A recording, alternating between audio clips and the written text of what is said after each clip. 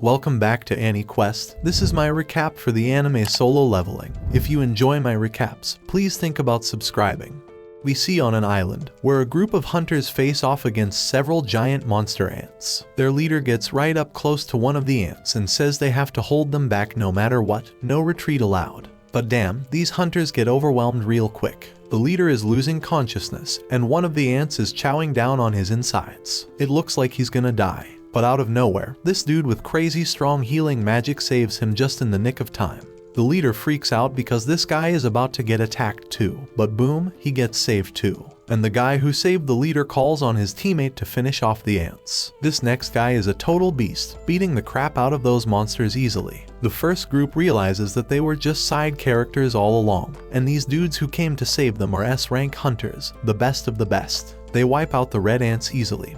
But then this even bigger albino ant shows up. The attackers decide to engage the ant, while they leave the wounded leader to the healer. They go all out, using their teamwork to rip off its face and arms. The super powerful warrior uses one of those ripped off arms to obliterate the giant ant. But hold up, there's no time to celebrate because the albino ant army arrives. It turns out the giant ant was just one of many, but these hunters ain't scared, man. The mage guy powers up his lightning, and the brute dude goes into full-on Hulk mode, ripping his clothes apart with his massive muscles. You can see their crazy fight from the city, where this other guy named Choi is relieved they made it in time. Choi's got his hands full because the city's got a serious ant problem too. But he handles it like a boss and lights it up with some serious flames, leaving only the colorless ones. And he's got a team of exterminators to help him out. We then learn that over 10 years ago, portals that could connect to a different dimension suddenly appeared in the world. And guess what? All types of monsters come from the portal. Only folks with special powers, called hunters, can fight them off. The hunters are ranked based on their magical abilities, from S rank being the highest to E rank being the lowest. But here's the kicker, once their powers awaken, they can't get any stronger, no matter how hard they try. 3 years have gone by, and that construction site is now a dungeon raid spot. We see this dude grabbing some drink before he heads in, and one of his friends calls out to him.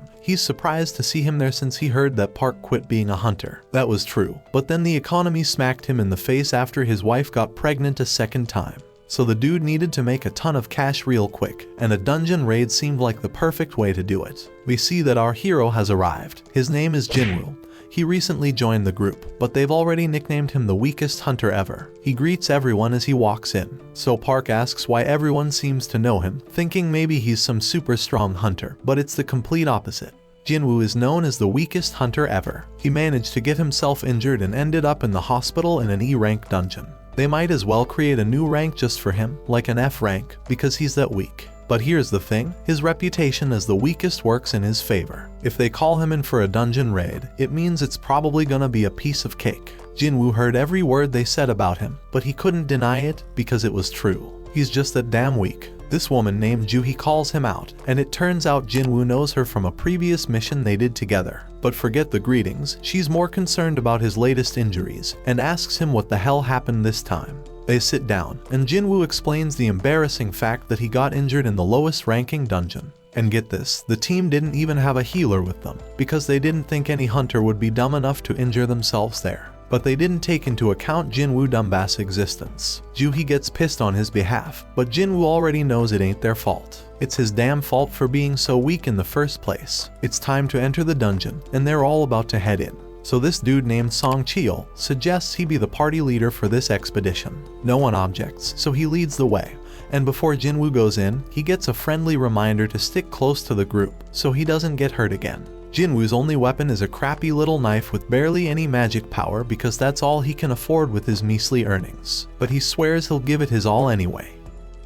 In another place, there's this president of the Hunters Association named Juhi. He just finished a meeting with the government. They warned him about something called dungeon break that they needed to avoid. However, these same people demanded that they get the goods obtained from the dungeon. The members of the association make their living by selling the stuff they find in the dungeon, so Juhi doesn't have a problem with that request. The crystals they get from defeating magical creatures are called magic gems, and they sell them for money. Now let's go back to Jinwoo. Somehow, he managed to get his hands on a magic gem. Of course, he's thrilled about finally getting one, but he quickly has to defend himself against a goblin. When Jinwoo attacks the goblin, Jinwoo's blade shatters to pieces. The goblin stabs our hero, and instead of fighting back, Jinwoo just stands there screaming. Luckily, the big guy from earlier rushes past the useless girl and saves Jinwoo. While she heals him, Jinwoo can only watch as the rest of the team does all the work. We then find out that magic gems obtained from high-ranking magical creatures can be used to make more powerful weapons to defeat even stronger creatures. Mana crystals from the dungeon can also be used as weapons, but they're not nearly as effective as the magic gems. The government wants to use these items as a new kind of energy source. It's safer, more efficient, and causes less pollution compared to other types of power. It's like the perfect green energy, and the government is desperately researching how to generate electricity from these gems and crystals. Since these items can only come from the dungeon, hunters become incredibly valuable. Meanwhile, back in the dungeon, the team celebrates their victory after defeating the dungeon boss. Jinwoo must be the weakest person ever because he took a beating and Jinwoo is still healing him.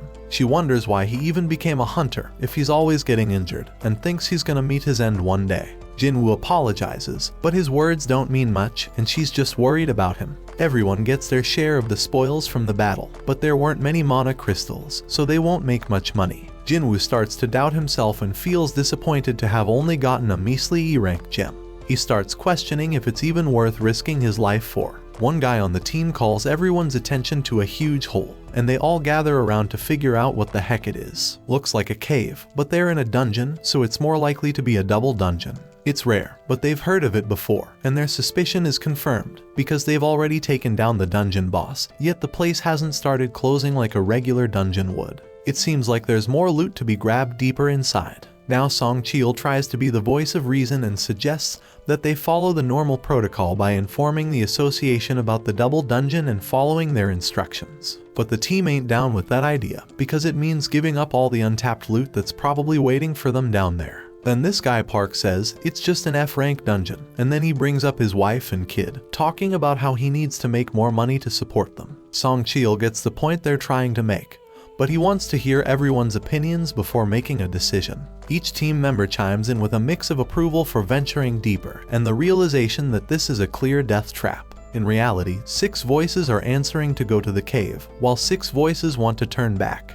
That means someone needs to break that tie, and the only one left who hasn't voted is Jinwoo. The decision is left up to him, and he knows damn well that a D-rank dungeon is insanely dangerous for him. But with his father missing, he's the only one in his family who can earn any money. He's already burdened with a ton of financial responsibilities. His mom's in the hospital, and his sister needs to go to college, so he can't stay broke forever. So he decides to go into the dungeon. Elsewhere, in the lab, where people are getting tested for their magical powers. In the waiting room, the others are ready to recruit any promising new hunters. This ranked hunter Choi has told his people that regardless of age or gender, they're getting recruited. Meanwhile, some thieves snatch a purse and get ready to run over a girl who's in their way. This girl fearlessly snatches the purse back from those guys without even blinking.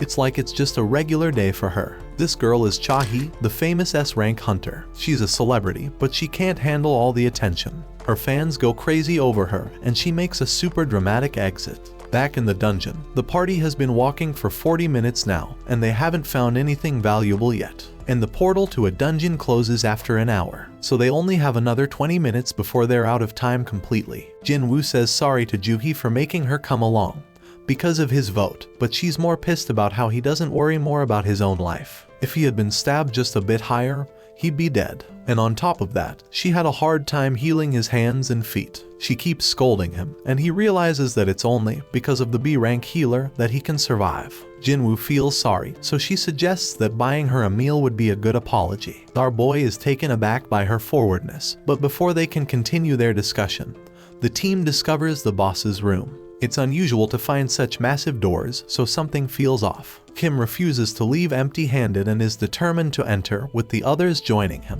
Meanwhile, in the city, a group of hunters are going through an orientation where they watch a video of Gunhee. He explains that the dungeon portal has been around for over 10 years, and there are still many mysteries within. Being a hunter is dangerous, even for the most experienced ones, so they must always be cautious during a raid mission. They can't afford to be arrogant, and the main key to survival is extreme caution. However, this group in the dungeon seems to have completely forgotten those words and is entering a mysterious, dangerous, and unexplored room. These guys act very naturally, as if they're on some amusement park ride, as they've never seen a dungeon like this before. The statues look ancient and at least 100 years old. Jinwoo is fixated on the biggest one, and Juhi starts feeling uneasy due to the eerie silence. Everyone wonders where the boss is, and Song Cheol stares at something that looks like a magic circle on the floor. His attention is drawn to a tablet with ancient writings containing commandments about worshipping some god. But Song is more concerned about something else. Juhi is certain she saw the giant statue's eyes move as if it was looking right at them. Jinwoo thinks she's just losing her mind, but everyone is shocked when the door suddenly slams shut. One dude on the team, who didn't even want to come in the first place, realizes something's off and tries to bail. But out of nowhere, one of the statues slices off half his body in an instant. Everyone loses their minds, because not only did someone just die, they got taken out so damn fast that nobody stands a chance against that power. Our boy turns his gaze back to the main statue, hoping that it doesn't move as well, but to his horror, it looks back at him. We take a peek into Jinwoo's past. The dude's been through some serious life or death situations. In his first mission, he got separated from his crew and attacked. Another time, he damn near starved to death while trapped in a maze. He's even been injured by some weak magic beast and ended up in the hospital for weeks. Even the lowest ranked, crappiest dungeons pose a real threat to this guy. Most hunters collect gems and sell them to buy better weapons, which they use to take down tougher beasts and earn bigger rewards. But not Jinwoo. He's stuck with a cheap little knife, and if that thing ever breaks during a fight, he's left fighting barehanded. His clothes are all raggedy with holes in them. He constantly gets mocked by others. He is stuck in this dangerous job that barely pays the bills. His only way to survive is by finding clever tricks and studying every little detail around him. Fast forward to the present, Jinwoo senses the danger oozing out of the giant statue, but he can't warn the others in time. That giant shoots out a massive beam from its eyes, causing chaos and destruction. The team is freaked out, unable to wrap their heads around what's going on. Juhi's trembling in fear, and his buddy Jinwoo is wondering how the hell things ended up like this. They're trapped with no way out, and even if Jinwoo gets lucky this time, he knows deep down he's gonna end up dead sooner or later. But our boy wished to catch the One Piece episode before he died. Song Cheol tells everyone to stay put because the statue will strike again if they move. Jinwoo is too terrified to move, and Song thanks Jinwoo for his earlier warning, when he shouts for everyone to get down because he saved them all. Song is a seriously tough dude, and Jinwoo is shocked to see that he's missing an arm. Jinwoo needs to stop the bleeding for him because Juhi is freaking out and can't handle the pressure. She's a B-rank healer, but her fearfulness limits her to easy raids only. Song has been on plenty of B-rank raids himself, so he can tell that this statue isn't a rank, or maybe even an S-rank. The tablet had some stuff written about praising God or facing consequences, so Jinwoo figures that this statue must be the god it was talking about. We then find out that 10 years ago, these gates started appearing all over the place, and brought about all sorts of supernatural stuff. One result of this is people awakening special powers called hunters. Their job is to take down monsters in the dungeons, and once a hunter's power awakens, it stays the same. At school, Jinwoo's sister tells some girl about how her brother always ends up getting hurt. This girl can't believe that Jinwoo is a hunter and says she'd be a better hunter than him. Back in the dungeon, Song wants to come up with a plan to escape, but this one man gets impatient. He just signed up with some famous guild and doesn't want to die now. This guy is confident that his insane speed will get him out of there. He does have some crazy speed as he takes off running, but the statue disintegrates him, leaving only his fast feet behind. That makes it clear that this statue could wipe them all out in a heartbeat if it wanted to, and it could do it easily. So why doesn't it? Jinwoo realizes it must have something to do with the first command, which is to worship God. Jinwoo gets up, having come up with an idea, and gets a determined look on his face. Song is worried, but amazed to see that Jinwoo hasn't given up on surviving this mess, judging by the fire in his eyes. Jinwoo locks eyes with the statue and manages to prevent it from attacking at the very last moment. Our boy figures something out and tells everyone to bow down. Jinwoo thinks that if they show some respect to God by keeping their heads low, these freaky statues won't attack. Now everyone else is too damn clueless to come up with a better plan, so they all start bowing down to the statue, scared as hell, hoping this will save their sorry asses. But things get terrifying when the statue makes a terrifying face, moving mutton chop despite all the advice, and gets all pumped up because the statue ain't attacking anymore. And guess what? Everyone follows his dumb lead. But our boy he's say there's more to this crap. Right then, the statue makes a crazy move and stands the hell up. Now the supposed leader turns to Jinwoo, hoping he's got a plan. But damn, our boy doesn't, but for the fact that they can't break the commandments set by the tablet. The second commandment says they gotta praise God, so this brave dude with long hair steps up and starts praying to the damn thing. Everyone thinks it's working as the monster slows down, but Jinwoo knows better and reveals that the dude's words don't apply to this god. But boom, the statue stomps the poor guy, and everyone loses their minds. It's straight up chaos. Some random girl gets crushed, and everyone decides it's best to scatter. Hark's thinking about his family, and how he can't leave them fatherless, but he makes the wrong move and gets sliced up by another statue. Meanwhile, Jinwoo's hauling ass with Juhi, racking his brain for a way to praise this messed up god. I mean, this monster's practically the devil, so how the hell do you come up with something to praise about it? But our hero knows he can't just ditch Juhi because everyone around them is dropping like flies. Jinwoo's freaking out, searching for any damn clue. He's checking out everything these statues are holding. Then he gets an idea and tells everyone to head to the statues that are holding instruments.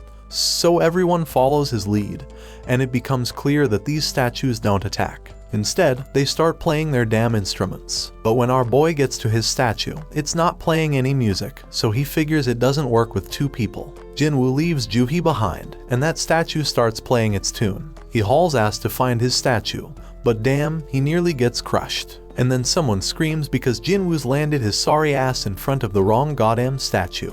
It slams its shield right on top of him, and Juhi goes nuts, screaming for Jinwoo. Our boy is still kicking, but he's in really bad shape, determined as hell not to give up. But damn, that giant's ready to finish him off for good. Jinwoo ain't ready to bite the dust, though even as that massive mofo stomps its foot down our boy. But guess what? Just in the nick of time, a statue starts singing, and we see Jinwoo made it to that statue just in the nick of time. He finally gets what it means to praise God, and the giant statue takes a chill pill and sits its ass down. Jinwoo tells Juhi he's fine, but she's shocked to see his foot ripped off. He tries to assure her he'll be alright, but she ain't having it. She's dead set on healing him, but her own body starts giving up on her. Everybody's in shock seeing how that goddamn raid went straight to hell. Some dude even tells Song that losing his arm was karma for leading them down this messed up path as their leader. Others think that's a bit too harsh, but Song takes full responsibility. But Jinwoo's way smarter than all these fools, because he knows there's no time for fighting because there's still one commandment left.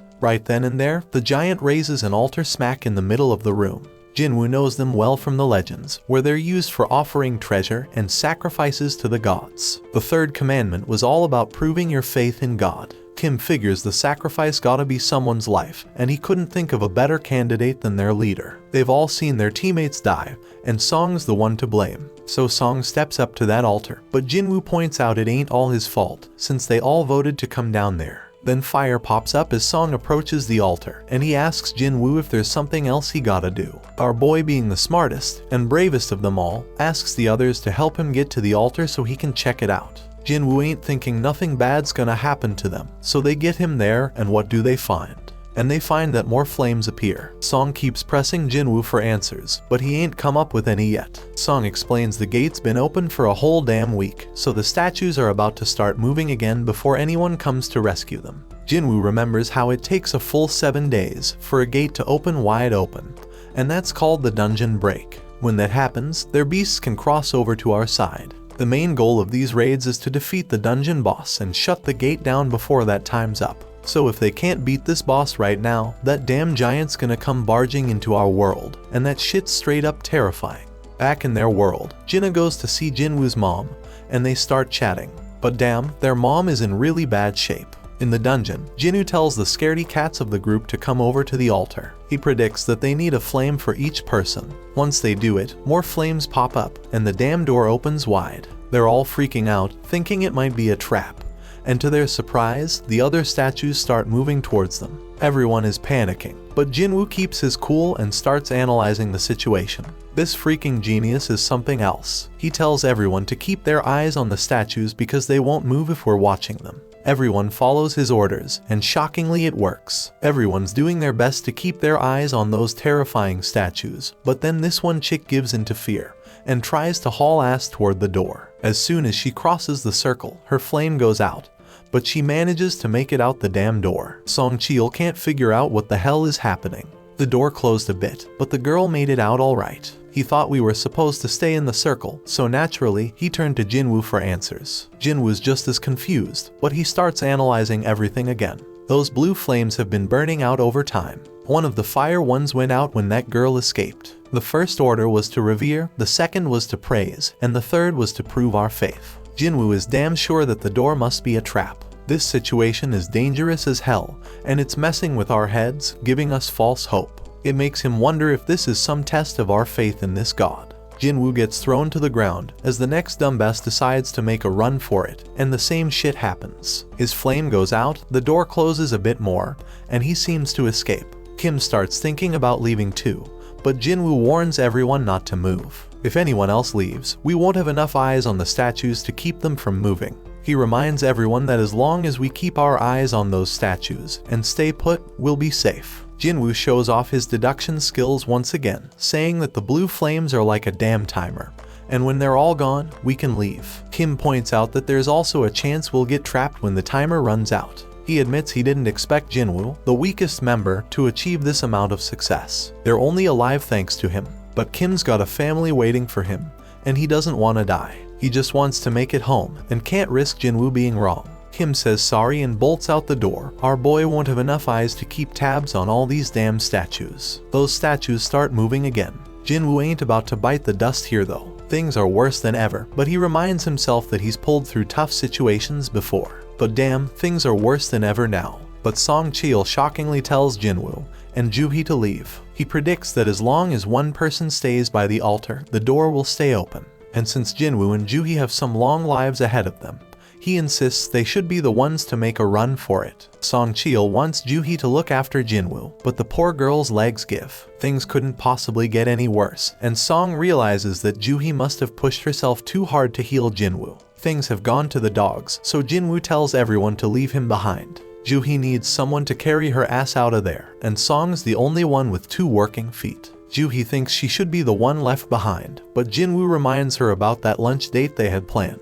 He hands her his gem so she can treat herself to a meal, and promises to get the change when they all make it out of this dungeon. Juhi won't ditch him, but Song apologizes and knocks her out. They're running out of time. He apologizes to Jinwoo too, and bolts with Juhi to safety. Our boy can at least find comfort in knowing he's the only one who's gotta bite it, and his only regret is not having a better damn life insurance policy. Our hero grabs hold of a sword, dead set on taking one of these statues down with him. He tells them to bring it on. Those statues go full savage mode, ripping into him as he fights tooth and nail to stay alive. Jinwoo thinks about how he has always been the weakest. He's constantly getting mocked for it, but he's always given it his all. These damn statues ain't letting up, they chop off his arm, and Jinwoo screams in pure agony. He's angry because it doesn't have to end this way after he poured his heart and soul into trying to become stronger. But these statues keep inflicting more pain, and thrash him about further. But despite all the setbacks, he can't help but think about how he gave everything he had to make it this far. He's a fighter, even with just a sliver of life left in him. He's got this burning desire to let out a scream of pure anger, but he can't even do that as he is stabbed through the chest. Jinwoo's on the brink of death, but you can feel the rage coursing through his veins. He starts reflecting on how the first few people who ran away were just weaklings. They claimed they couldn't handle it anymore, but deep down, they were just selfish. Those fools were only looking out for themselves, and it's always the most selfish jerks who end up benefiting the most. That thought fuels Jinwoo's rage even further. He's got a family too. All he wants is to make it back home alive, just like those lucky ones before him. The pain is unbearable, and he starts wondering if it's a good thing that he's the only one who has to die. In his battered state, Jinwoo's mind starts wandering, and he realizes what a hypocrite he's been. He's struggling to catch his breath, desperately clinging to life. He doesn't want to die, but the final attack comes crashing down on him, and our boy wishes he could have one more shot. And just when it seems like it's all over, the final blue flame goes out, and this mysterious notification pops up out of nowhere. It turns out he's completed some secret quest called Courage of the Weak. It's offering him the opportunity to become a player. The catch is if he doesn't accept, the player's heart will stop in a fraction of a second, so no choice, and he hits that yes damn button. Right at that moment, Jinwoo wakes up in the damn hospital, and he's straight up shocked to find out that he's still got his damn arm. He remembers getting dismembered and all, but here he is, with his leg intact too. No sign of getting stabbed in the chest either, so he starts thinking, was that all just a crazy dream? And just when he's pondering this, some dude named Wu rolls up and introduces himself as the manager of the Hunter Association surveillance team. And that purple-haired dude, yeah, his name's Kang, but they ain't saying why they are there. They do reveal that Jinwoo was unconscious for 3 straight days. And get this, Juhee and Song ain't dead either. Song lost his arm though, so he might have to peace out as a hunter. Juhee's all sorts of messed up mentally, so she's getting psychiatric care. But it doesn't look too good, bro, so she's probably not gonna continue as a hunter. Only 6 peeps made it out alive from that crazy double dungeon they stumbled upon.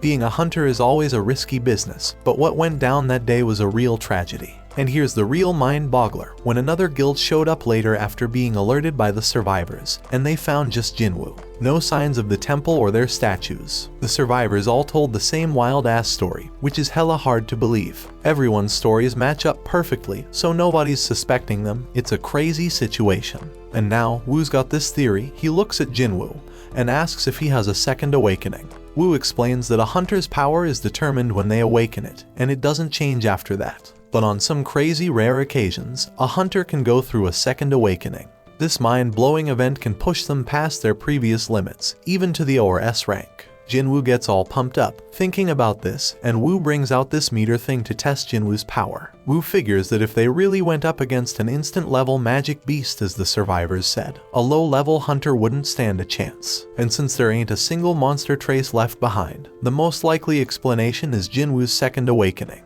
Jinwoo's hyped as hell to hear the results of his mana test.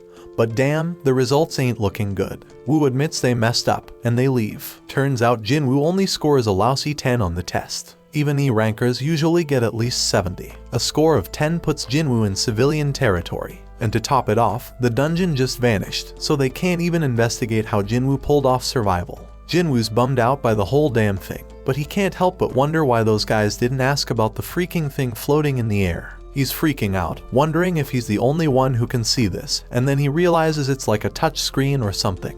Jinwoo remembers getting a message about becoming a player, but his sister interrupts his thoughts. She's all worried about him, so he apologizes and asks if she can see the panel. She can't see it, so he asks if she knows how opening messages in games usually work. Jenna thinks he's gone nuts, but our boy reminds her she used to be a gamer. She gives him the obvious answer, saying he just needs to check his inbox. Right then, a notification pops up saying Jinwoo has a daily quest, which is all about strength training. After Jinna leaves, our hero opens up a ton of these panels. They explain that the system is there to help the player get better, and if he doesn't follow it, there's gonna be consequences. They've also sent him some rewards, but Jinwoo has no clue what any of it means. Jinwoo accepts his daily quest, which sets out a bunch of goals like push-ups, sit-ups, squats, and running. But if he fails to complete the quest, he's gonna get penalized. Jinwoo starts wondering if this whole thing's a joke since he's stuck in the hospital and ain't got no energy for any of that crap. Outside, Wu tells the chairman that Jinwoo didn't have a second awakening.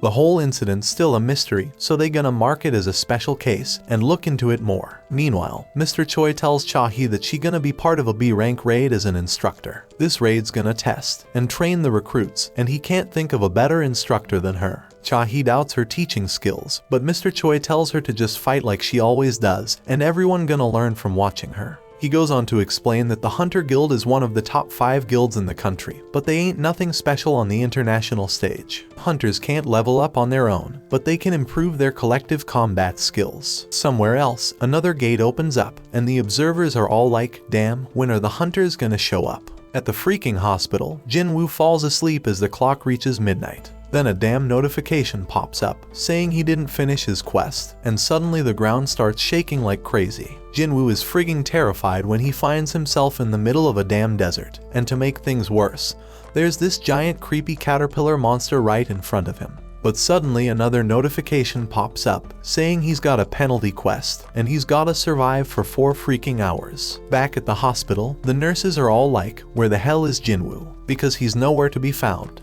Little do they know our hero is stuck in some other dimension, running for his damn life. The giant caterpillar thing is closing in on him, and he's like, oh shit, because there's more than one of them. And if that ain't bad enough, Jinwoo still has 2 hours to get his ass back to the hospital. The nurses keep searching for him, they are all worried. Meanwhile, poor Jinwoo is running his ass off, knowing he's running out of time. The caterpillars are getting closer and closer, but just as the clock hits the deadline, Jinwoo finds himself back at the hospital. The notification confirms that he completed the penalty quest, but Jinwoo is so drained that he ends up puking and passing out. He gets another reward, but he's out cold and has no idea. Later on, Jinwoo tells his sister that he's healing up nicely and might be able to go home soon. So he gets dressed in his fancy tracksuit and heads outside. Over in another place, Juhi gets a request to join a raid, because some D-rank gate has shown up. The other guilds are busy, and Juhi can't bring herself to agree to go. On the other hand, Juhi gets some good news that Jinwoo has woken up from his coma. Juhi is all nervous and shit as she goes to visit him, but the nurses are like, he's running again, just like every day since he woke up. Outside, Jinwoo is thinking about how it's been 4 days since he woke up, and he's learned a few things. First off, those pop-up windows he's been seeing are for real, not some crazy hallucinations. And when he completes his daily quest, he gets 3 types of rewards. One is full recovery, which he uses now to shake off all that exhaustion from running. Then there are ability points, which he can use to boost his skills. Currently, our boy can totally feel the difference. He's got some serious power now. So this dude Jinwoo, he's got mad skills with inventory screens. Jinwoo takes a moment to think about how dang strange his life has just become and points out how it's like a freaking video game. But while he was messing with his screens, everyone around was just gawking at him. Anyway, this dude completes his daily quest and gets a random loot box as a reward. And guess what? Today's loot is a mysterious key. Usually, he just gets useless junk like pens and bandages, so this key is a total surprise. Then he gets a notification saying the key is for teleporting to some instant dungeon, with a location and all. Now Jinwoo doesn't know what the heck an instance dungeon is, but based on everything that's been going down, he figures it's some kind of event to help him get stronger. In this world, these things called gates open up all the time, and they even get a news report to keep track of them. Jinwoo goes to see his mom and remembers when he found her passed out. Turns out she's got this messed up sleep disease called final rest, and it showed up when the gates appeared. Some people say it's because of the constant exposure to mana. Modern medicine can't do much except keep them on life support. Jinwoo busted his ass to make enough money to become a hunter so he could pay for his mom's treatment. He told Jinna that he'd soon be able to afford their mom's treatment, but she was scared shitless about how dangerous being a hunter is. Jinwoo tries to reassure her that things will be okay from now on and tells her to trust him. But damn, it's clear that he's useless in a fight, and he ain't getting nothing from the rewards because of it. But things are different now. Jinwoo's putting in work to train his body, pumping all his ability points into strength. He even shows off an apple that he's crushing to show his progress. This dude's dead set on getting stronger and ain't taking no shit. So he heads to the location from the key notification, fully prepared for whatever's coming. And if shit gets too real like it did in that raid, he'll just haul ass and run away. When Jinwoo pulls out his key, bam, a freaking keyhole appears out of nowhere. Jinwoo uses the key to unlock it, and boom, a mysterious gate shows up. So he walks through it, and guess what? A notification pops up saying he's in an instance dungeon. The exit's sealed off, but regular folks don't even notice it. Turns out this place is like a whole other dimension, and these instance dungeons ain't like your regular dungeons. He thinks it's kinda like a red gate, but he ain't got much info on those since he's never been in one. Jinwoo realizes he can't just run like he planned, and then another notification pops up. It says the only way out of this joint is by beating the boss or using a teleportation stone. Jinwoo's couldn't even take down an E-rank beast before, and now I gotta clear a whole instance dungeon all by myself. He wonders if he's really up for it, but he figures he ain't got no choice, so he starts making his way through. But damn, Jinwoo's confidence starts to fade real quickly, and it ain't without reason, because a bunch of goblins show up right in front of him. Jinwoo gets a flashback of when he got stabbed, and these goblins come at him. These little suckers are relentless, they're swinging and charging like crazy, but Jinwoo's doing a good job dodging and blocking them. But damn, he gets overwhelmed eventually. But you know what? Jinwoo gets pissed off and straight up stabs one of those goblins. He's feeling more confident after that, so he takes out the other two like it's nothing. Jinwoo can tell he's getting stronger, but out of nowhere, this beast shows up. It shatters his freaking dagger like it's made of glass. Jinwoo can sense this monster is way stronger than the goblins. As this creature stares him down, his legs freeze up. He's thinking, what the hell? Am I scared? Because he didn't think he was traumatized from the raid. But his legs keep trembling, and this monster starts its attack. Jinwoo barely dodges it, but it manages to scratch him. He ain't got no healer with him, so if he gets injured again, game over for him. This monster lets out a howl and charges straight at Jinwoo. Jinwoo is dodging like a ninja. He can't believe how damn light he feels. The monster tries to come at him again, but Jinwoo ain't taking that crap no more. He's done being a pushover and decides to throw a powerful punch. Damn, he can't believe how much stronger he feels after beefing up his strength. Sure, the monsters still got the upper hand, but Jinwoo ain't giving up without a fight for his damn life. His attacks ain't doing much though, so he's gotta focus on evading the monster's strikes. Now Jinwoo's at a loss for what to do next. He realizes he can't handle this alone, so he bolts because he ain't got no party or healer. All he's got in his bag is water and food, and he wishes he had a weapon with some magical mojo. But then, Jinwoo gets a freaking brilliant idea. He checks his inventory and pulls out a sword at the freaking last moment. And boom, he slices that monster in half with a sword. Jinwoo has no freaking clue how the sword ended up in there, but he remembers Kim saying he dropped 3 million on it. That's a weapon Jinwoo could never afford. But who the hell cares? It's an emergency, so he decides to make the most out of it. The pain from the fight is starting to fade, but then 2 more of these damn monsters show up. Jinwoo ain't scared anymore though, because he got his weapon. But damn, the sword gets stuck. He's panicking, desperately trying to yank it out while the monsters close in. Just in the nick of time, he manages to free it. Jinwoo kicks one of the wolves away, but damn, the other one's got some steel fangs.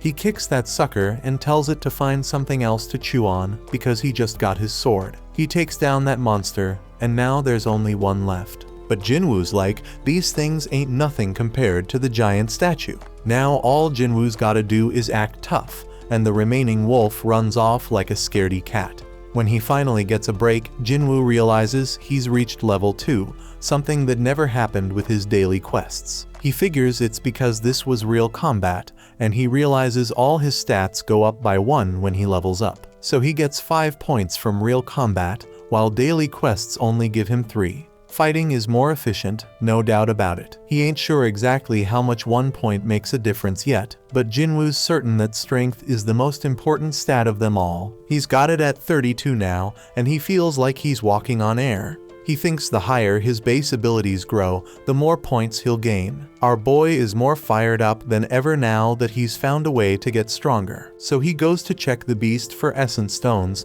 but damn, he gets items instead. Like in games, Jinwoo figures this dungeon, and the magic beasts inside are different from the ones in Gates. And guess what? He's shocked to find out his system has a freaking shop, but his level is too low to buy anything. At least he can sell stuff though. The dude manages to get 20 gold from a tooth. Jinwoo ain't sure how much that's worth, but he remembers he's in an E-rank dungeon, so it probably ain't much. Now Jinwoo's thinking about what he's gotta do next. He can't bounce until he beats the boss, and he ain't got a clue where to find a teleportation stone. To make things worse, if he stays too long, he'll run out of food. He knows damn well he can't take down a boss right now, even if it's just E-rank. So he's wondering if he should level up first. Right then, Jinwoo's mind gets blown when a whole pack of wolves shows up.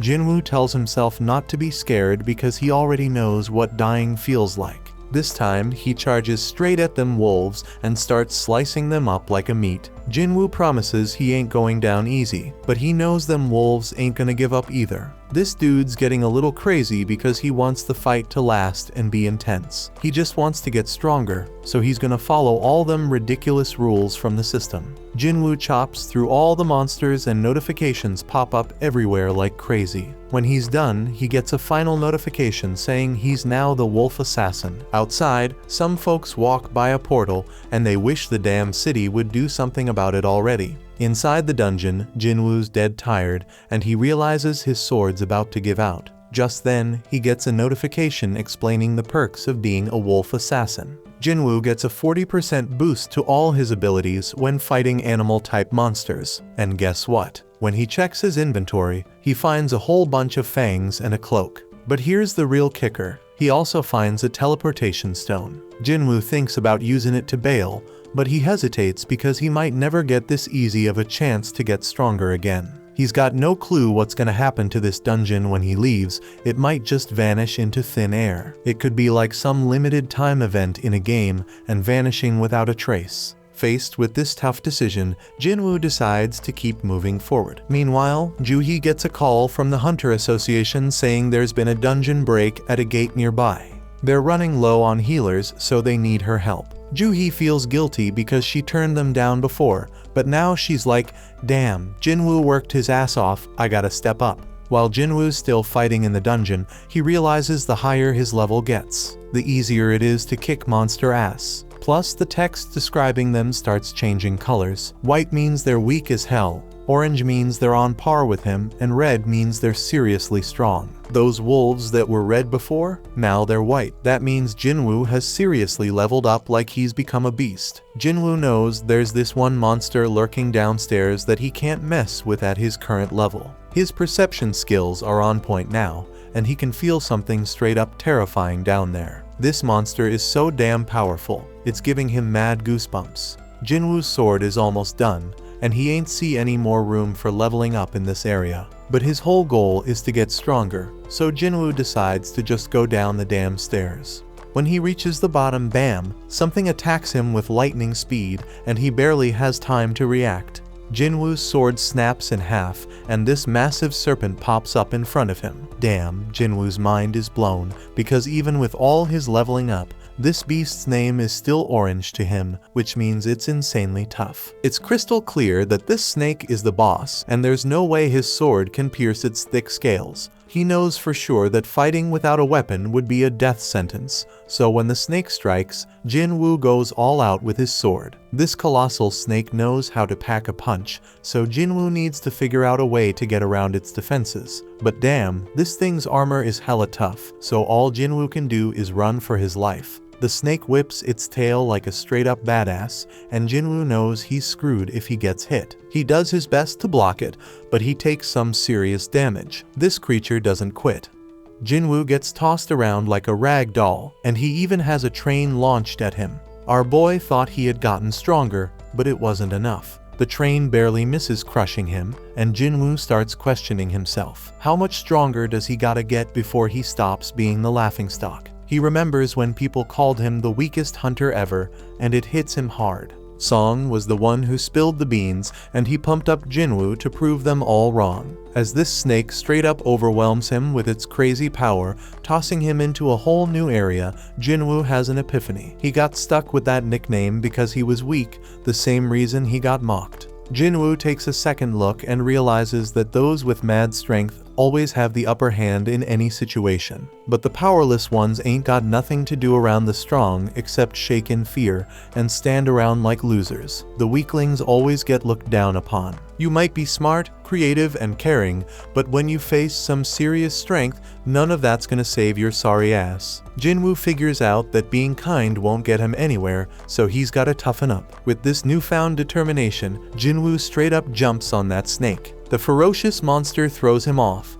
but Jinwoo swears to himself that he'll get stronger, and suddenly his body starts glowing. Jinwoo dodges the snake again like a boss and strikes it with his sword, but he's even more determined now. He compares what he's feeling right now to the terror he felt during that raid, and declares that this is gonna be way easier than that day. Jinwoo pulls off this sick move, using his sword to ride the snake again, but then he tosses it aside all shaky and grabs that beast with his bare hands. Jinwoo admits that he's been laser focused on boosting his strength ever since he got that leveling system. So he decides to rely on that now and starts crushing the snake's tough scales. The snake's trying to shake him off, but it's too damn late because Jinwoo knows he can kill that sucker. Jinwoo straight up demands the snake to die, using his crazy physical strength to defeat it. Then boom, he gets a notification saying he leveled up multiple times, and our hero bursts out laughing. He's like, damn, I really got stronger. We see the aftermath of this epic battle.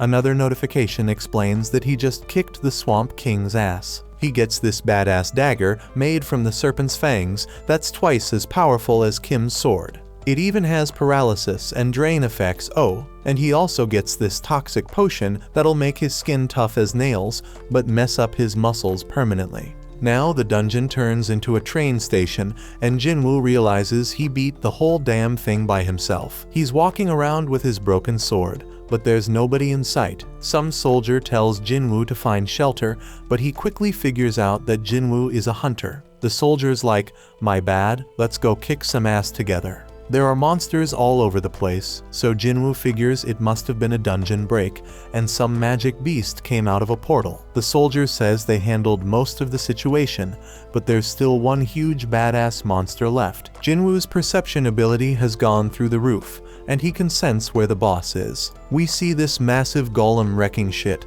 and the people are scared as hell it's gonna get worse. The hunters are struggling to fight it, and the leader tells the healers to focus on keeping their tank alive. The healers are all like, "We're doing our damn job," and the tank wonders what the damage dealers are even doing. The damage dealers are giving it their all, but the golem's defense is insane. And to make matters worse, they don't have enough hunters who can use magic. Jinwoo expertly analyzes the situation and realizes that this group of hunters was put together in a hurry. No wonder they ain't working together. He uses his perception again and sees their ranks. 2 are ranks and 2 D ranks. One of those D ranks is a tank, which explains why they can't take down the golem. This battle's been going on for a hot minute, and then he checks out the healers and is shocked to see that Juhi is one of them. Juhi gets told by one of the hunters to pitch in and help. She reminds her that she's supposed to be a B rank healer, but then she snaps out of her fear and casts a spell, and the hunter's like,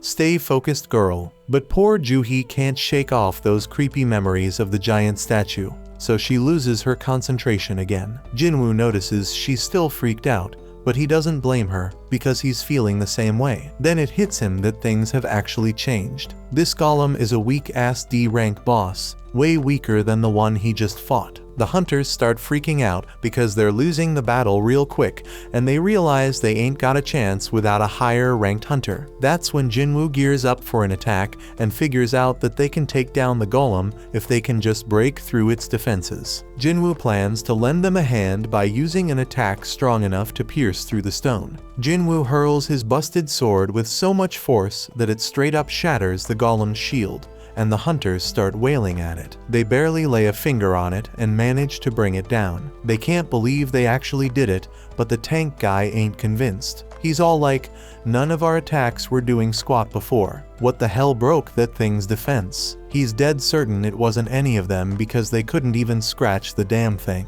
Then he spots the sword lying nearby and puts 2 and 2 together. He realized that this sword was the reason, but couldn't believe it. I mean, this was a boss-level golem that even 10 hunters couldn't touch, and now it's taken down by some old beat-up sword. He asks if anyone saw who threw the sword. The soldier explains that it was the fisherman they brought with him. But here's the kicker: the hunter's gone missing, and the tank stares in utter disbelief. This person had some next-level power, and he couldn't help but wonder how high-ranked this mysterious hunter was. Jinwoo dipped out of the area to keep his power on the down low, and he's like, "I didn't think one attack would do that much damage." Our hero might not even realize the extent of his power, because he figures the monster must have been seriously messed up before he struck. The battle's done, and Juhi's wondering if it was Jinwoo who came through in the clutch. Some time passes, and we see the nurses at the hospital gossiping about Jinwoo's rank. They're all talking about how he looks pretty average, but damn, that dude is seriously ripped. In Jinwoo's room, our boy is grinding hard, hustling through his daily workout routine. These thirsty nurses won't shut up about him. They can't even believe how fast he's transformed. One poor nurse straight up falls for Jinwoo when she catches him post-workout, and she can't stop staring at his ripped body. Today's the day Jinwoo bounces out of the hospital, so this desperate nurse asks for his digit. But Jinwoo ain't all there yet, still stuck on the fact that he thinks she just wants to send him test results after he's released. On the news, we catch up with Beak, that S-rank hunter who took down the giant ants. He's one of only 7 S-rank hunters in the country and gives us a glimpse into the life of a top hunter. He breaks it down, saying he's gotta train like a beast every day when he ain't raiding dungeons. Even the smallest mistake could lead to his buddies getting hurt, so he gotta stay sharp, no doubt. Gina notices that Jinwoo is now seriously ripped and has even grown taller. Jinwoo reminds his scatterbrained sister to grab an umbrella for school and sees her off. When he's alone, Jinwoo figures he can hit his run later and wonders if these fresh gains are because of his boosted stats. He figures if he keeps this pace up, he could become a massive bodybuilder. Jinwoo starts thinking about where to allocate the new stats he just got. Dude's sitting at level 18 now. He's now level 18. He knows that strength increases his damage, but he also knows it's pointless if he can't land a hit. Besides vitality, perception, and agility, he also got this intellect stat. He figures it's gotta be something to do with magic, but he ain't sure if he needs that. Jinwoo makes up his mind and dumps all his points into strength and perception. Right then, Jinwoo gets a call from his landlord, who's reminding him that he hasn't paid last month's rent. Lucky for our hero, he's gotten way stronger, and taking down goblins is a piece of cake now. That means making cash is easier, but there's one issue. To rake in the big bucks, he gotta tackle higher level gates, but ain't nobody letting an E-rank hunter through those doors. Jinwoo thinks about getting his rank reevaluated, but that's a huge risk. Reawakenings are mad rare, and ain't nobody has ever seen a hunter level up and keep getting stronger as he can. Jinwoo decides to keep his powers under wraps for now until he can defend himself and figure out more about what he can do. Then out of the blue, Jinwoo is shocked by a job listing and bolts off. The dude's hustling with his daily training to score some reward, and he links up with this hunter named Hung. Hung apologizes to Jinwoo because his crew thinks he's the weakest hunter ever, but Jinwoo plays it cool and lies, saying they ain't wrong. Hung explains they're heading into a C-rank dungeon, but they need at least 8 people to enter. They need Jinwoo to meet that quota, even if he's just an E-rank, but Jinwoo ain't gonna do any fighting. Hung's like, you won't get no rewards either, but we'll hook you up with 2 million yuan. Our hero peeps the situation and sees they have 4 C-rankers and 2 D-rankers. Jinwoo agrees to join, and Hung explains that his gig will be to carry supplies. They must not have a healer because they gotta haul med stuff. Hung adds that it's tough for independent parties to snag healers. Jinwoo's a bit worried because this party's full of tanks and damage dealers, but he's like, screw it, I'll sign the contract anyways. A 20-year-old D-rank hunter named Leo was introduced, and Jinwoo figures he must come from a loaded family given his fancy gear. Leo wonders if Jinwoo can handle lugging around all the heavy supplies, but Jinwoo assures him he'll be fine. Leo has no clue that Jinwoo's a beast, and he's tripping if Jinwoo can handle carrying all that heavy crap. Leo starts spouting off about the president overseeing the construction site they're at, blabbering on about how the guy skipped town after swindling 900 billion yuan, leaving everyone astonished. They all roll up to this freaking massive gate and start thinking if it's really just some C-rank dungeon. Leo questions if they'll be alright, so Jinwoo explains that the size of the gate ain't that important. What really matters is the magic power flowing from inside. And that's what the Hunter Association uses to assign ranks. Anything above a B rank, the big guilds take care of, so this C rank joint shouldn't be too much of a challenge. Jinwoo knows all this because he's been a hunter for a while, but he realizes he ain't never actually tackled a C rank dungeon before. They step through the gate and use the light to check things out, but damn, they're shocked to find there ain't no magical creatures in there. Most dungeons are lit up with glowstones, but this one's pitch black. The darkness reminds Jinwoo of the entrance to that temple, so he starts telling Leo about all sorts of stones. There are these essence stones that hunters nab from magic beasts, mana stones that can be mined from dungeons, and glow stones that light up the damn caves. Jinwoo shuts down that chatty kid real quick and spills the beans about some crazy magic beasts lurking in this dungeon. They're keeping a low profile for now, but our boy's got a hunch. He figures these beasts are like bugs and tells everyone. Everyone freaks out when they realize they're stuck in an ant's nest and can hear those monsters getting closer. Jinwoo says the beasts are above them, so the crew starts going all out, attacking like mad. Hung steps up and uses his taunt skill to draw most of the aggro, and Jinwoo is amazed by their badass leader, who's a C rank. Leo wants to join the fight, but their mage holds him back, saying he's got a trick up his sleeve. After a suspenseful countdown, the mage unleashes a wicked blast. Jinwoo analyzes the situation again, and he can see these hunters have some solid teamwork going on. As for Leo, his gear compensates for his lack of skills. They're all holding their own, but Jinwoo's got this nagging feeling that something's off. He quietly destroys one of the ants, and the fight ends shortly after. Hung declares their victory, and everyone grabs their share of the loot, except Jinwoo. Hung gives props to Jinwoo for saving them a ton of trouble by spotting those ants. Jinwoo's like, no, just followed my instincts.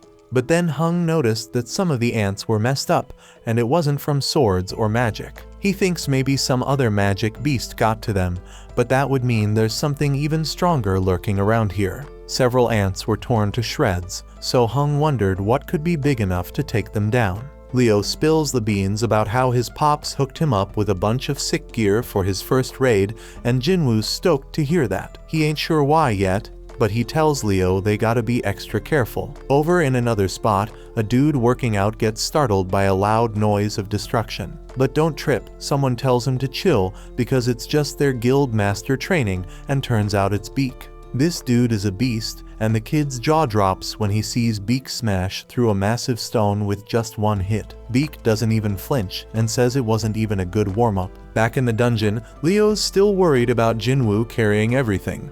But Jinwoo's like, no man, getting paid to not fight? That's a sweet deal. But deep down, our boy's thinking might be too good to be true. He does some more thinking and realizes this crew is battle-tested, but ain't got no healer. Plus, they needed more members to meet the party quota. The group gets worried because they've covered a ton of ground in the dungeon, but haven't come across a single healthy critter. The dungeon boss gotta be alive though, because the gate would have closed if it wasn't. They stumble upon a bunch of webs and figure out that the boss's lair must be through that tunnel. They go through the tunnel and damn, they find a crazy load of mana crystals. Now these crystals ain't as valuable as essence stones, but we're talking at least 1 billion worth of crystals. One of the hunters even says that Hung's brother would be hella jealous of this find, but they shut him down real quick. Hung's got some hidden motive, they think, because his brother can't always be right. Hung ain't about to play second fiddle to his bro, so he's gonna use this massive haul as his own personal strike team training ground. Now Leo is the legal whiz, so he takes a look at Jinwoo's contract and spots something fishy.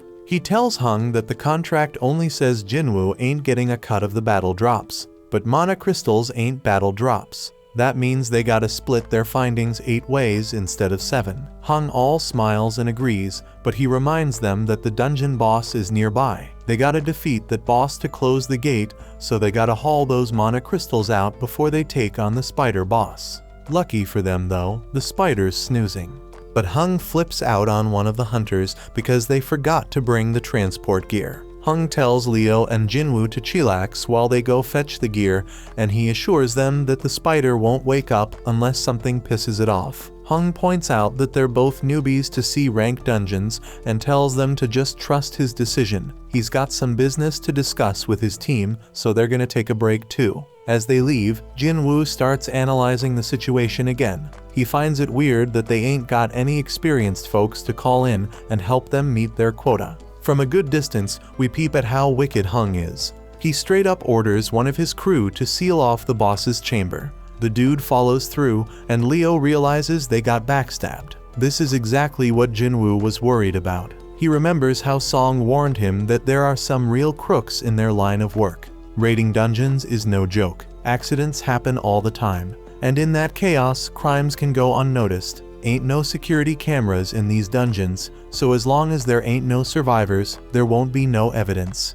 Leo is pissed that these dudes are really willing to throw them under the bus for some mana crystals. He's starting to regret even bringing up the damn contract. But Jinwoo ain't falling for it. They were ready to off them at any moment if they stepped out of line. Now their main concern is the boss that just woke up, and Leo tells Jinwoo to fall back. Jinwoo spots an exit, but he quickly realizes that Hung already knows about it. The spider's wide awake now, and Jinwoo realizes this C-rank beast is on a whole another level. But hold up, our boy ain't about to back down. He takes charge, telling Leo to stay out of the way because he's gonna throw down with this thing.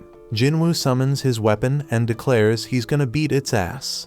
When Hung's crew bails out of that dungeon, the mage is all like, why didn't they just take out those 2 newbies themselves? But Hung explains they couldn't risk waking up the spider, because they needed snoozing to grab those sweet mana crystals. He ain't worried though, because some dude with 0 experience and the weakest hunter ever ain't got no chance against that spider. The plan is to wait for the spider to chow down on them and pass out again. They can't go in guns blazing because it would wake the spider up, but Hung knows about this little path above the cave. Worst case scenario, the spider doesn't pass out after munching on the newbies. If their crew can't nab them mana crystals, their group will at least swipe Leo's gear, which is worth a fortune.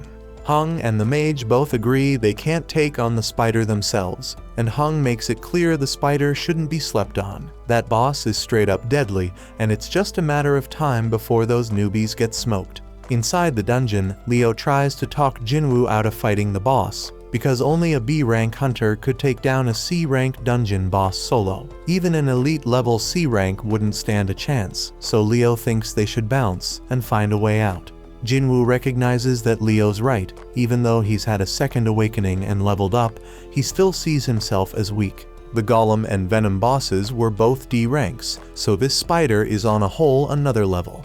Jinwoo can't explain it, but he ain't feeling any pressure right now. He realizes he must have gotten strong enough to not fear C-rank bosses anymore. He's at level 18 and straight up claims he's got a shot at taking it down. Once he starts attacking that spider, he's like, well, the real hunt begins now.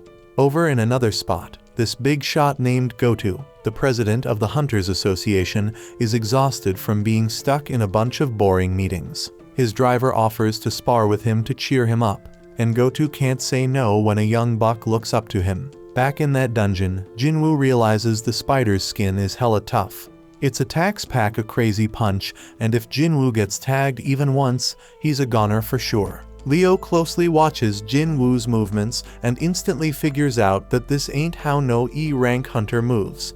He's wondering who the hell Jinwoo really is, and starts questioning if he's some fake-ass ranker. Only a handful of hunters can control their magic power enough to purposely get a lower rank.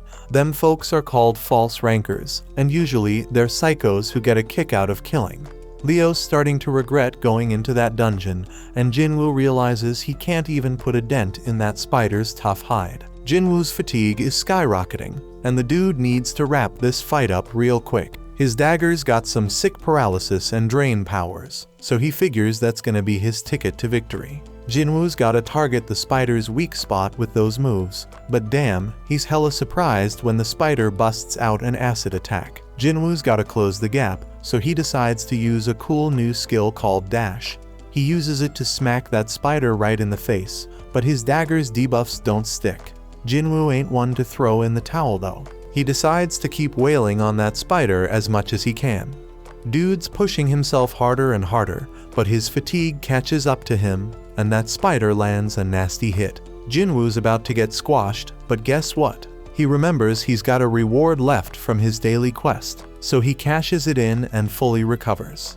Leo's freaking out, thinking Jinwoo's a goner, but our hero ain't done yet. He lands another hit, and this time he straight up stabs that spider in the eye, getting those dagger debuffs going. Jinwoo ain't wasting this chance, so he stabs that spider over and over, keeping those debuffs going strong.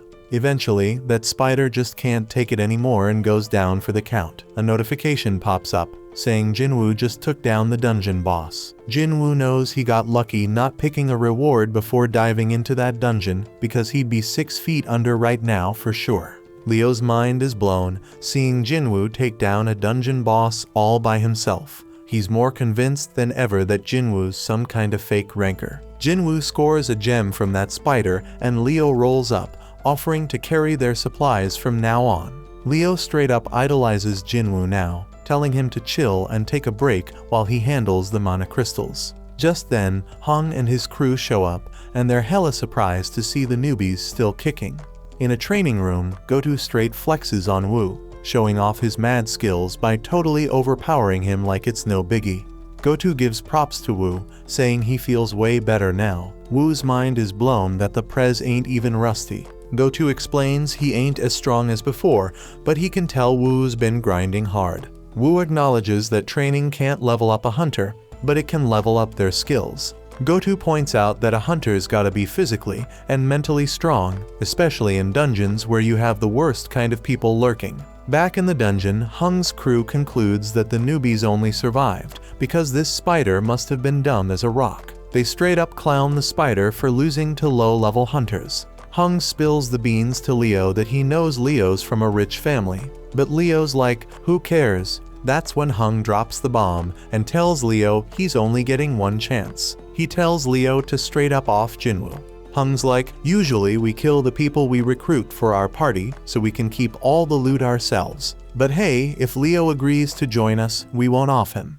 If Leo says no, we'll just kill them both. Hung thinks Leo might be a threat because he has some crazy gear that gives him superpowers to take down the spider. He'd rather not test that theory, so he wants to talk Leo into taking on weak-ass Jinwoo. Hung's stoked when Leo starts heading toward Jinwoo, but then he's all shocked when Leo ends up taking Jinwoo's side. This evil group decides to straight up end their lives, and Hung's wondering if the newbies ever had to off any peeps before. Right then and there, Jinwoo gets an urgent mission, and it's straight up wild because he gotta take out 6 enemies in front of him. Now the gang decides to go after the weaker one, so the mage attacks Jinwoo. Leo's all worried about his new buddy and freaked when he sees how messed up Jinwoo is. Meanwhile, one of the group members, Chahi, was told to brag about how amazing she was. They struggled with a rank beast, but she took it down in a flash. These girls feel lucky because they are in 2 of the sickest guilds around.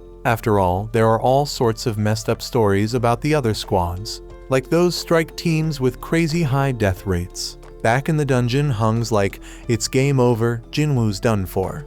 Jinwoo starts beating himself up for forgetting, and reminds himself that this world is all about survival of the fittest. It's a world full of shady tricks and backstabbing.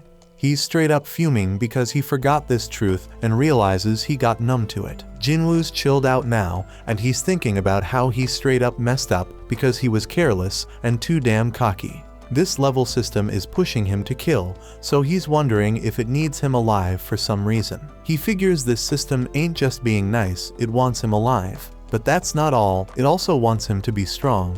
So Jinwoo's like, if this system wants to use me, then I may use it right back. He tells the crew that they remind him that the weak ones are the ones who bite the dust in the dungeon. They are stoked to hear the weakest hunter knows how it goes, but Jinwoo points out that they better be ready for when this rule doesn't work in their favor. One of them ain't cool with Jinwoo calling them prey, but Jinwoo wastes no time showing them what he means. Everybody's straight up shocked when this dude's head gets sliced off, and Jinwoo's like, that's one down, as the kill count pops up on the updates. Jinwoo just realized he straight up murked someone, but he knows damn well he would have been 6 feet under if he hadn't. Ain't no turning back now because only the strong survive. The crew snaps out of their shock, seeing an E rank take out one of their D ranks, and they come at Jinwoo with all they have. But it's all futile because Jinwoo starts shanking them one by one.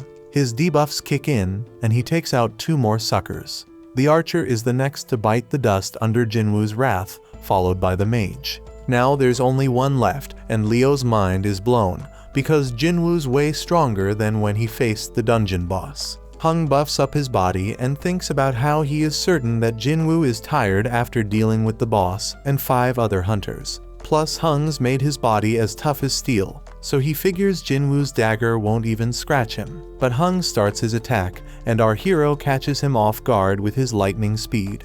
Jinwoo knows Hung's a beast, but he drops a bombshell on him. He crushes him and reveals he's been leveling up this whole damn time. Hung realizes Jinwoo ain't an E rank and tries to bribe him with double the cash. But Jinwoo ain't having none of it, because this dude tried to off him 3 times. Jinwoo mocks him, saying he won't get away with it, and Hung tries to threaten Jinwoo one last time.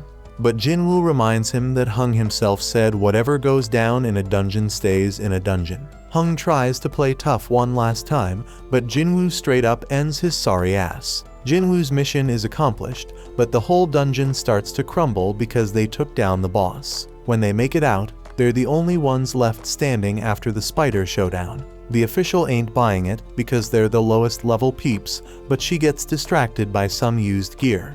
Jinwoo can't believe he's getting rewarded for the bloody mess he just caused, and he realizes he gained a skill that scares the crap out of enemies and cuts their abilities in half. The no-nonsense official concludes that Leo survived because of his gear and assumes Jinwoo, the E-rank scrub, just hid somewhere. Leo gives props to Jinwoo for a job well done, and then it starts raining. Leo wonders if something's up, but the chill Jinwoo explains he's just happy he gave his sister an umbrella. Somewhere else, Woo gets told about this crazy incident where 6 hunters got wiped out, and only 2 of them made it out alive. It's pretty normal for hunters to dip when they're outmatched in dungeons, but he's hella surprised when he hears that these survivors actually took down the dungeon boss before bouncing. Wu straight up interrupts the dude before he can spill more, but then he gets hit with a bombshell. One of the survivors is none other than Jinwoo. Wu knows this shit involves the infamous Hung, which explains why he got dragged into this mess. Jinwoo rolls back home and lets his sister know that he's gonna cover their mom's hospital bills for a while.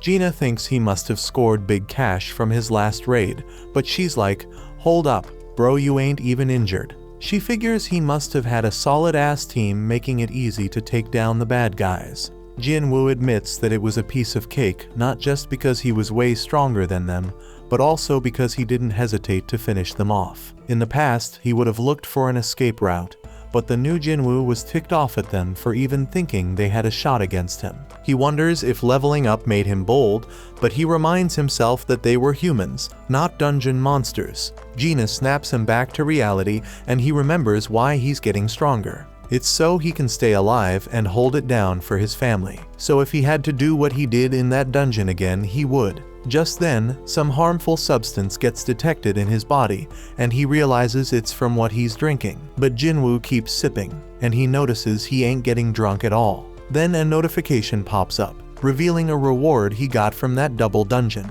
It cancels out any toxic or messed up conditions and amps up his regenerative abilities. He was too busy to check his rewards that day, but now it all makes sense why he grew his damn arm back. Shit's getting real, my friends. Later on, Jinwoo links up with Leo, who's all grateful for Jinwoo saving his ass. But Jinwoo's like, no kid, you don't owe me shit. Leo hasn't spilled the beans about what really went down in that dungeon, so Jinwoo ain't expecting any payback. But then Leo drops a bomb. He's putting together a strike team, but Jinwoo shuts him down before he can even ask him to join. Leo's begging Jinwoo to give him a chance, saying he just needs him for 19 raids. He spills that he wants to become a guild master, and to do that, he needs at least 20 raids under his belt. Leo's old man wants to start a guild for his construction company, and Leo's down to help however he can. Dungeons are mad dangerous, but the loot they hold makes it all worth the risk. It ain't just about mana crystals and essence stones, everything in a dungeon's got value. Jinwoo gets it. Having hunters rate dungeons for a company is a solid business move. Leo's dad wants an S-rank hunter as the guild master, but Jinwoo's hella surprised because there are only 7 rank hunters in the whole damn country. And to make it worse, the only S-rank who ain't already in a guild is Min, and that dude's retired. This means Leo's pops must be planning to snatch an S-rank from another guild. But Jinwoo warns him about that shit because he's just gonna make enemies with the guild he takes them from. It's a risky game, my peeps. Leo switches up his game to convince Jinwoo and straight up tells him he gonna need some backup for their raids, especially if he wants to keep his power under wraps.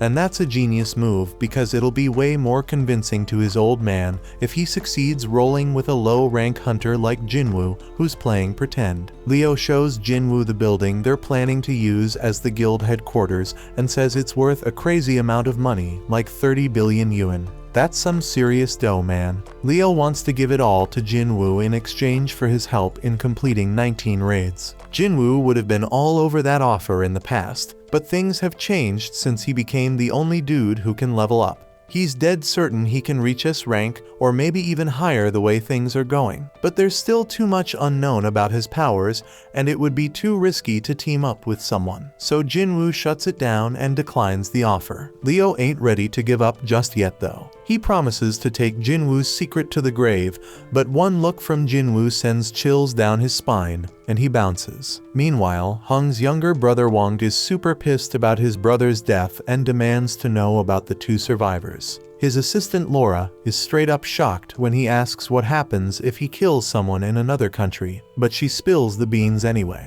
If there's a treaty with that country, he gonna have a trial there, but if not, he getting sent back home to face the law. Wang wants to dip out there pronto, but Laura reminds him he has way too much going on, so he plans to deal with it later. He gives the survivors one more glare and just hopes they stick around long enough for him to take them out. The next day, Jinwoo hits the streets for a jog with his sister.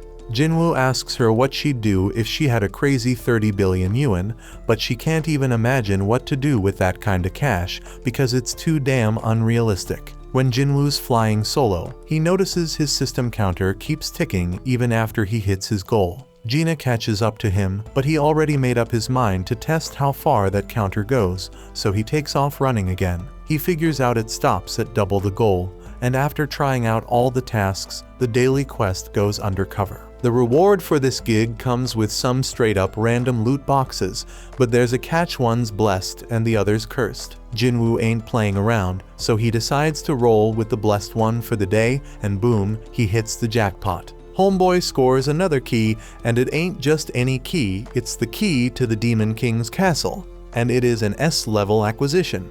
But hold up, because that ain't even the craziest part. This key comes with a bonus ingredients for something called the Elixir of Life. And let me tell you, that's exactly what Jinwoo needed, because this elixir can cure any damn illness. Jinwoo pays a visit to his sick mother, and he knows he ain't got no other choice. He heads to the location, uses the key to open the gate, and he knows damn well this dungeon gonna be tough as nails, on the same level as Jeju Island. Jinwoo starts wondering if he has what it takes to handle this danger, but when a massive gate appears in front of him, he ain't backing down. Inside, flames are engulfing everything, and Jinwoo ain't gonna front, he's scared as hell. But hey, he got his teleportation stone as a backup plan in case things go south. Just then, a freaking giant monster pops up right in front of him. But Jinwoo already made up his mind he gotta get stronger, and he swears he ain't dying in this dungeon. This monster has a red name, meaning it's way stronger than him,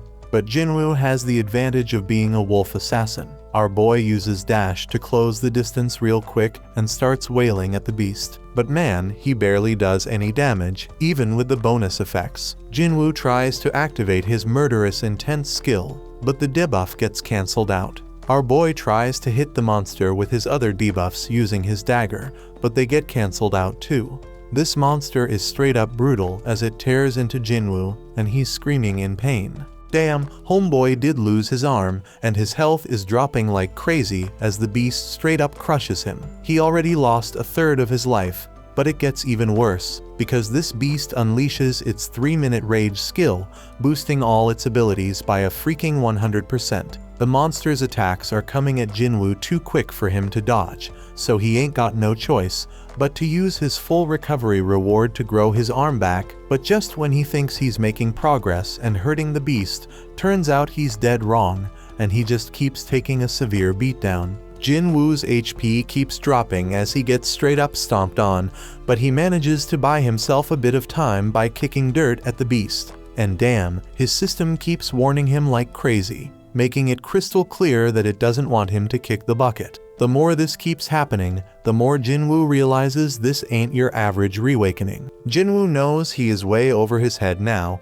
so he decides to bust out the teleportation stone. But out of nowhere, Cerberus shows up and knocks that stone right out of his hand. Jinwoo's in deep trouble now, because he only got a few more hits before he's done for. The dude's brain is working overtime trying to think of a solution, and just when he's about to lose hope, he remembers he got a shop in his system. He quickly buys 3 healing potions, but here's the catch: they only heal 100 health points each. The poison he gonna face from fighting the snake pops right up in front of him, and he realizes he has no other choice but to give it a shot. Jinwoo chugs that poison like a boss, so the system picks it up as a harmful substance and detoxifies it.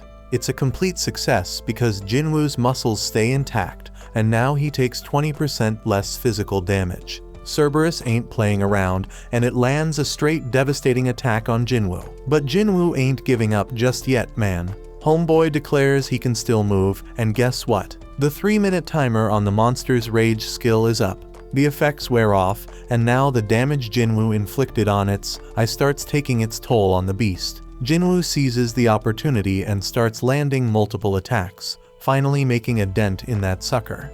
The beast almost chomps him up, but Jinwoo somehow manages to hold it back. Dude goes airborne, but that powerful monster smashes him right back into the ground. Jinwoo finds himself in a tight spot once again, with his health damn near depleted and Cerberus squeezing him between its teeth. But Jinwoo ain't done fighting just yet. He digs deep and keeps stabbing that beast, even as it tosses him around like a Zoro. Jinwoo keeps on attacking, pouring every ounce of strength he has into one final blow. And guess what? That's the knockout punch right there. Cerberus comes crashing down, and a notification pops up. It says Jinwoo has defeated Hell's Gatekeeper. Homeboy levels up several times and his wounds magically heal. Killing the Gatekeeper earns Jinwoo the key to the demon's castle. He figured that's what Cerberus was protecting, but then he gets hit with a mysterious notification. It's the recipe for the elixir of life, and it requires 3 ingredients found in the castle. Jinwoo's fight with Cerberus gives him a clear idea of his current strength, and he realizes something. If he were to venture into the demon's castle right now, he'd be 6 feet under for sure. Jinwoo concludes that he can't do it just yet, but he makes a promise he gonna come back real soon. But that's where this video ends. Remember to like and subscribe to the channel. Thanks for watching, and I'll see you next time.